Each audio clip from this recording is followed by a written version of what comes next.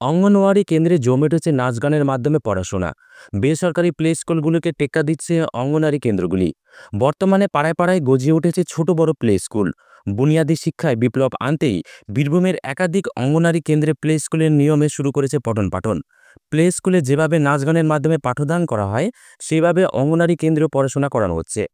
নাচ গানের মাধ্যমে চলছে পড়াশোনা, কিন্তু বাড়তি লোকবল নিয়ে এই কাজ করানোর পথে হাঁটেনি জেলা প্রশাসন। অঙ্গনওয়াড়ি কর্মীদের হাত ধরে চলছে পঠন পাঠন। অঙ্গনওয়াড়ি কর্মীদের বিশেষ প্রশিক্ষণও দেওয়া হয়েছে। প্লে স্কুলের ধাঁচে পঠন পাঠন শুরু হতেই মিলেছে ব্যাপক সাড়া।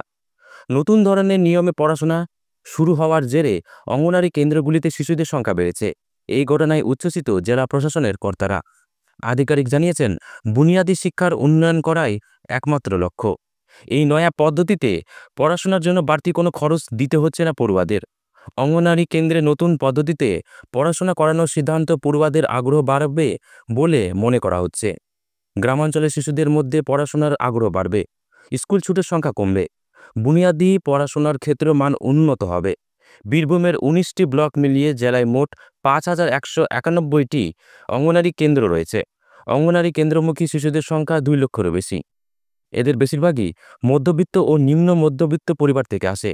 এই পড়ুয়াদের শিক্ষার ভিত মজবুত করে তুলতে ইতিমধ্যে জেলায় প্রায় ১,৩০০টি অঙ্গনারী কেন্দ্রে টিভি বসানোর সিদ্ধান্ত নেওয়া হয়েছে।